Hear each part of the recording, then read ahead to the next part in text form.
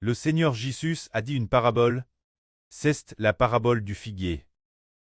Alors que signifie la parabole du figuier? C'est ce que le Seigneur a dit. De la parabole du figuier. Apprenez une léon. Quand vous voyez le figuier et tous les autres arbres bourgeonner et verdir, vous savez que LT est proche.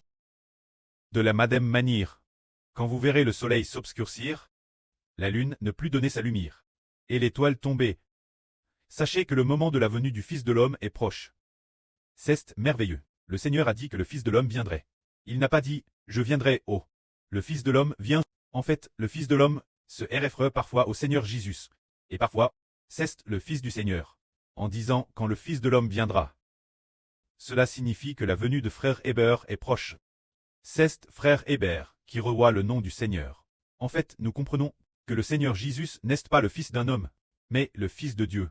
Mais frère Hébert est venu des hommes.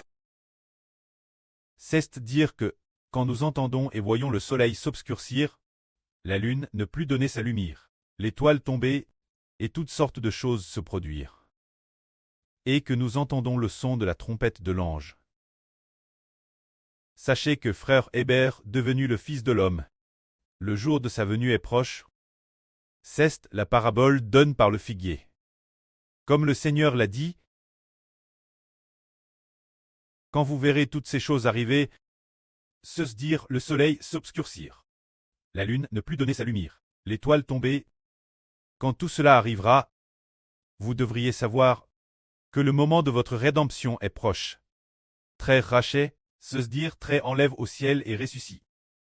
Le moment d'obtenir la vie éternelle est proche. Il est dit aussi que le jour de la venue du Seigneur est proche. Il est la porte.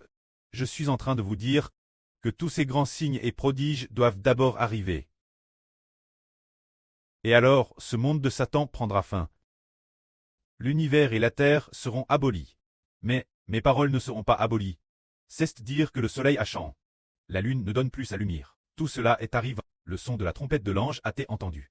Ce moment tel, le monde de Satan priera, ce qui signifie qu'il sera contement consumé. Le Seigneur a dit encore, l'univers et la terre seront tous détruits. L'ancien univers et l'ancienne terre seront détruits. Mais les paroles du Seigneur Jésus ne seront pas abolies. Qu'est-ce que c'est? Quelle parole du Seigneur Jésus ne sera pas abolie? La parole du Seigneur Jésus disant que le Seigneur viendra ne sera pas abolie. Toutes les choses de l'univers seront détruites, anéanties, mais le Seigneur viendra certainement pour détruire toute l'humanité. C'est ce que nous comprenons. Celui qui a reçu le nom du Seigneur, quand nous lisons l'Apocalypse, il descend Armageddon, devenant le roi des rois. Celui qui est le Seigneur des seigneurs, il descendra en effet Armageddon, pour consumer par le feu toutes les nations et tous les peuples. Que la gloire soit auprès et au Seigneur. Amen.